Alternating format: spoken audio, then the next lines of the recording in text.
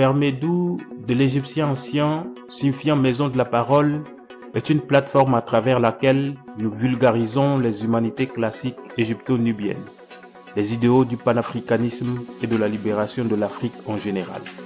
Nous sommes convaincus que sans une véritable reconnexion aux valeurs civilisationnelles africaines, doublée d'une sérieuse manifestation de la volonté collective d'affirmation de puissance, nous ne pouvons pas gagner contre l'impérialisme et la néocolonisation. Nous n'incitons pas à la haine raciale, mais faisons par contre un travail de devoir de mémoire et de restauration de la vérité historique pour l'équilibre de l'humanité. Otep et bienvenue à la Kémitosphère. Crise énergétique en Europe, les Français envisagent s'installer en Afrique. Oui, les Français envisagent s'installer en Afrique. Tel est le thème sur lequel nous allons nous entretenir ce soir. Si vous êtes nouveau sur la chaîne, veuillez vous abonner tout en activant la cloche de notification pour ne plus jamais rater nos vidéos. Veuillez aussi liker la vidéo pour que les robots YouTube nous encouragent à travailler.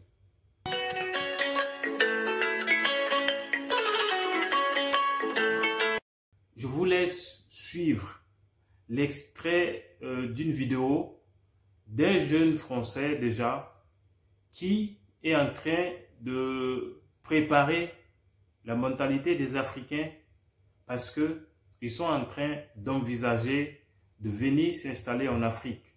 Nous savons que depuis un moment, suite à la crise entre la Russie et l'Ukraine, beaucoup de nations occidentales ont des soucis énergétiques, c'est-à-dire du côté du gaz, tout comme de l'électricité. Les nations occidentales ont beaucoup de problèmes.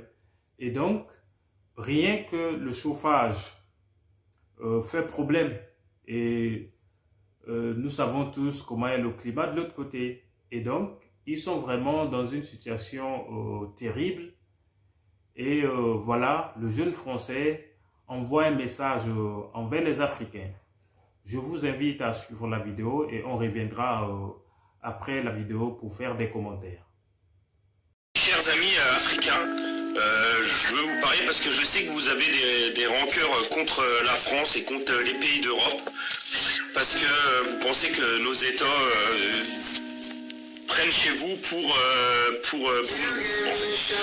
Et je voudrais vous dire que chez nous en ce moment c'est de plus en plus dur. Il y a plein de Français qui crèvent de faim, je vous assure. Et pour payer l'électricité, chauffage, ça devient très compliqué. Sachant que chez nous, là, en hiver, il fait -5, -10. Quand il n'y a pas de chauffage, je peux vous jurer que c'est une catastrophe. Donc peut-être que les rôles sont en train de se retourner. J'espère que chez vous, ça va bien en tout cas. Parce que vous méritez le bonheur aussi. Donc nous, on a eu des privilèges pendant des années. Mais tout est en train de s'enlever. Petit à petit. Et c'est pas fini. Hein. C'est en train de s'empirer de jour en jour.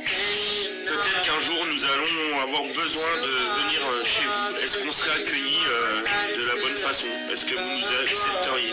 Vraiment?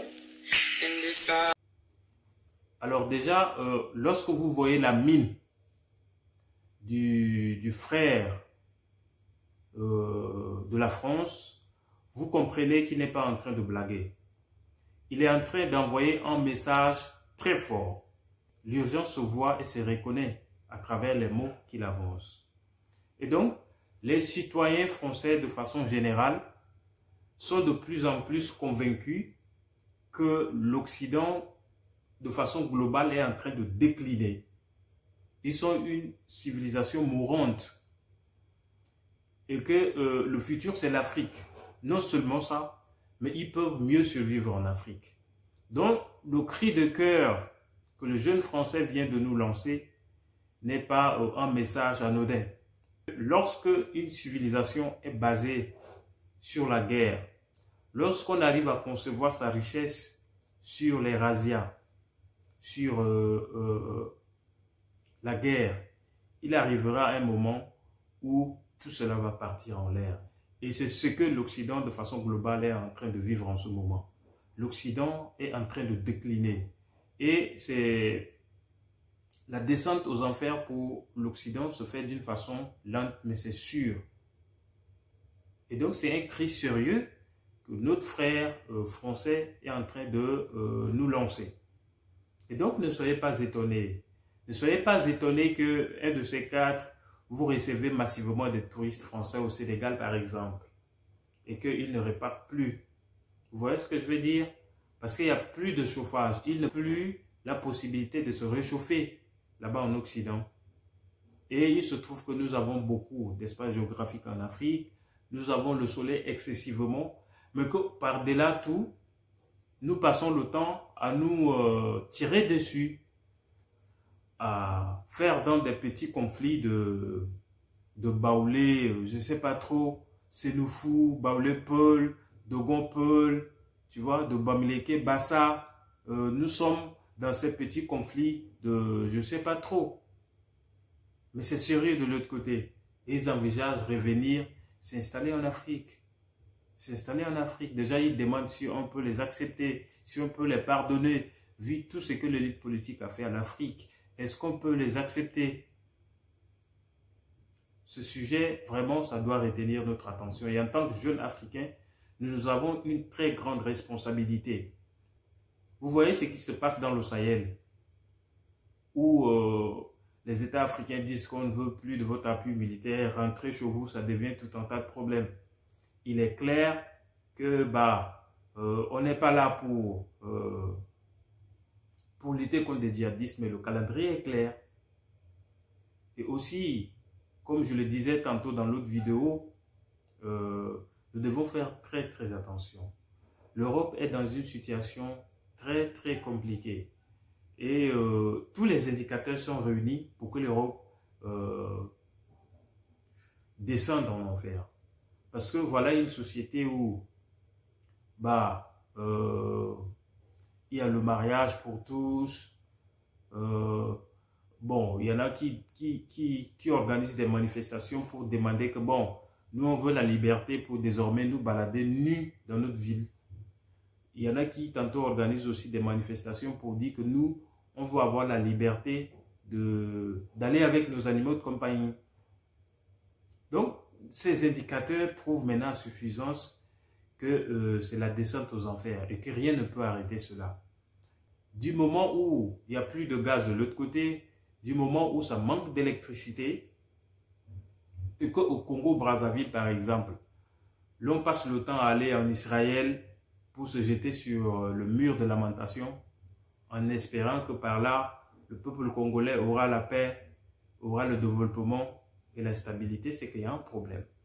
Il y a un problème. Je crois que cette vidéo du jeune français doit tiquer beaucoup plus l'élite politique africaine. Parce que comme lui, il parle d'une façon diplomatique, mais vous n'avez pas idée de ce que l'élite politique même fait comme travail dans le noir pour que d'une façon ou d'une autre, ils puissent peut-être ne pas venir physiquement, mais que de là-bas, ils tirent tout de l'Afrique. Et ça, c'est un boulot qui a commencé depuis les conquêtes coloniales et que ça continue jusqu'à présent. Quelles dispositions nos leaders politiques ont?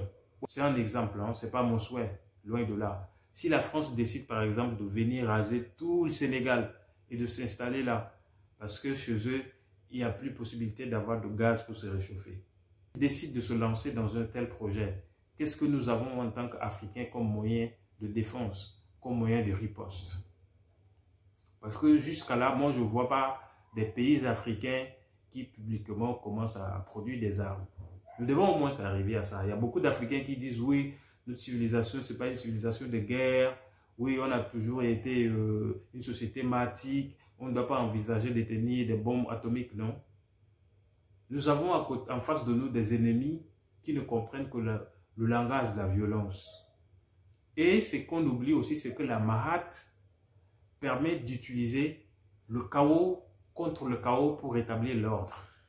Et donc, nous sommes dans une période où on est obligé de faire recours également à la violence pour répondre à la violence afin de rétablir l'ordre. Donc, ce cri du jeune frère français n'est pas anodin, mais nous devons prendre cela très au sérieux et en tant qu'Africains, prendre des dispositions pour non seulement protéger nos intérêts, mais aussi développer des plans de riposte s'ils décident de venir maintenant par des guerres ouvertes, mais ciblées contre des pays spécifiques. Comment nous on va réagir? Quels moyens avons-nous? Nous devons réfléchir à ces choses-là, que de passer le temps à faire des voyages inutiles en France comme Ouattara le fait chaque jour. À quoi ça nous rapporte? Ou alors de passer le temps à aller se jeter sur le mur de lamentation en Israël, comme mon frère président du Congo RDC le fait. Les Congolais ont besoin de la paix. Les Congolais ont besoin de profiter de leurs ressources naturelles. Mais pour ça, il faut travailler pour créer ces conditions-là afin qu'il y ait la paix, pour que les Congolais profitent normalement de leurs ressources naturelles. Donc, c'est à ces enjeux-là que nous devons nous pencher et conjuguer ensemble les efforts dans le même sens pour pouvoir arriver à faire de l'Afrique notre paradis à nous tous. Otep, merci et à très bientôt.